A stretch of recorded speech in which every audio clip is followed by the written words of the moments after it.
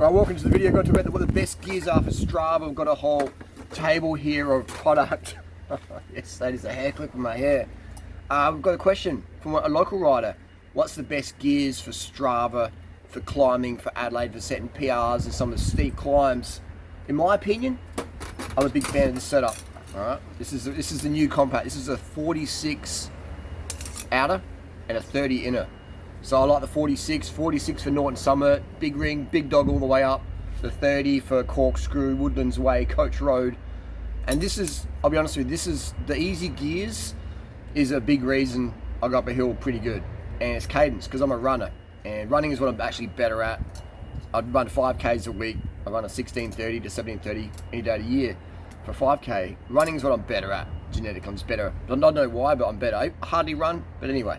I'm better at that. Running cadence is 90. Bring that up to cycling. And I'm basically running up hills. If your cadence goes under 90, you're no longer running, you're like grinding. And you can still go fast if you're like a pro, but you won't go as fast as if you're 90. Same with all the pros. The top climbers, Lance Armstrong, Pantani, Contador, I should say the new generation climbers, because Pantani would have got faster even if he was spinning. Cadence is 90, all right? It's just physiology. We can debate it. Like, yeah, even Valverde used to grind. He changed over to cadence to keep up. So cadence. So I would recommend Shimano 11-speed crankset with a 30 on there and a 46/30 with that. And people say, oh, you know, on the downhills I can't keep up on the 46. There's not many people who are going to drop me in Adelaide or anywhere in the world in my 46. It has to be pretty hectic downhill for that to happen. And even then, the question is, why are we taking so much risk on the downhill? I don't race people on the downhills. Uphill, I'll race anyone, anytime, any uphill, 100%. If I win or lose, whatever. I'm there, I'm done, I'm down for it. But the downhill, you can go. You know, I value my collarbones, I value my face and legs and arms and broken bits. I don't like titanium parts in my body. On the bike, okay. So, but then again, I've never ever been dropped on the flat in a 46. And I've done pace lines with Team Sky, pro teams, you know, Lotto and all the crew on the flat, just hammering it. 46/11 is good enough for any crit race I could think of. So what if you're running SRAM cranks? You've got to be a bit limited. I do rate the SRAM, but this is an example of what does BCD mean?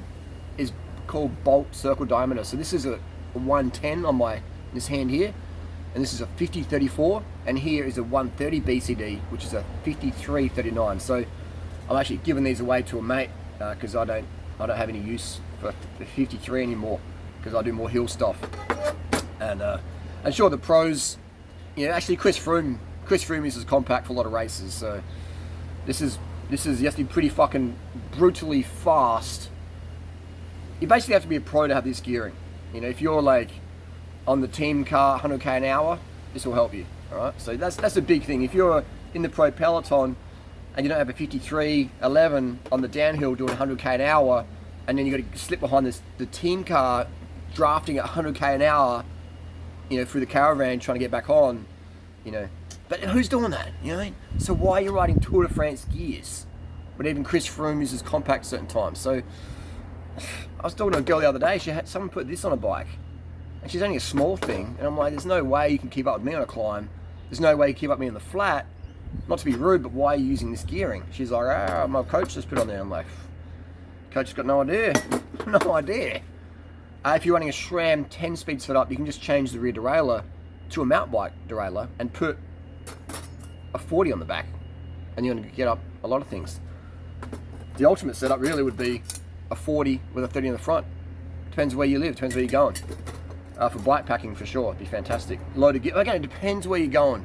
If you're bike packing in Florida, a 53/39 is alright. It's going to stand at 39 all day.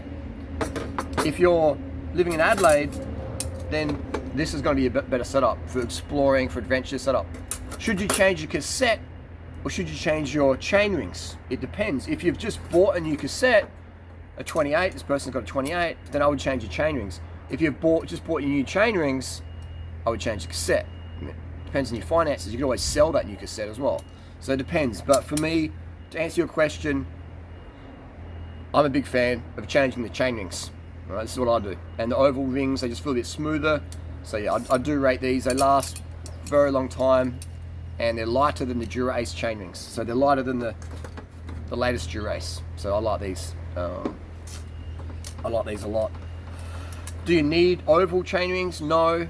What I do love though is the gear ratios. The 46-30, sweet, sweet. You know, yeah, I love it. I love it, man. So that's what I would do. Change the chainrings and change the cassette. You know, on my holiday bike when I go to Thailand, I've got these plus a 32 on the back. I'd have no issues putting that on there if I was going to do more like loaded bike packing stuff. You got to do whatever it takes so you can have 90 cadence on the climbs when you're going full gas. You know, when you're trying to get the climbs, you can't do 90 cadence. Your gears are wrong. All right, the gears are wrong. If you can't do 90 cadence, your gears are wrong. Simple as that. You got to change it, shift it to 90 cadence, or if you're in the easiest gear and you still can't get 90, and you're trying to, you know, you're really struggling there, then you got to change your gearing so you can spin to win. I hope that answers the question. Might be confusing. We'll hit a little more follow-up questions down below. Basically, end of the story is ask yourself the question: do my gear choices allow me to sit on 90 RPM when I'm trying to go fast, when I'm trying to race my mates, race the competitors? Am I doing 90 cadence? If you're really pushing the effort, if your cadence isn't 90, you're losing performance. 85 is okay. 80, 90 to 100 is optimum. Look at Froome, look at Lance, look at Cancellara, look at Rowan Dennis in the hour record, look at the hour record, 105. Look at the best sprinters, 130 RPM. All right. For climbing, time trolling, 90 to 100. I'd say 90 would be the optimum minimum. Same in running, 90 cadence. All right. And you can disagree with me and stuff like that, but okay, whatever. And there's people out there. So someone said, Harley, you know, the small gears are inefficient. They're inefficient because it's a small circle and it's more resistance. I'm like, come and race me up Woodlands Way and tell me my small gear's inefficient. Better yet, come and race me up the backside of Doi into Non, which is probably the hardest climb in the world, and tell me my little rings are inefficient. Please, race me. Let's race up the backside of Doi into Non, and then tell me my little rings are inefficient, ineffective, you know. the stuff people type on a keyboard, man, is hilarious. It's like, do you even ride, bro? Do you even ride these hardcore climbs? Like, I mean, there was a climb I was doing in Penang that I've got the KOM on. So you beat my KOM time in Penang and tell me these chainrings are wrong. Anyway, get the chainrings, get the cassette that lets you do 90 RPM. You might be changing your cassette, you might be changing your chainrings, depends on your situation. Hopefully that helps. See you next video.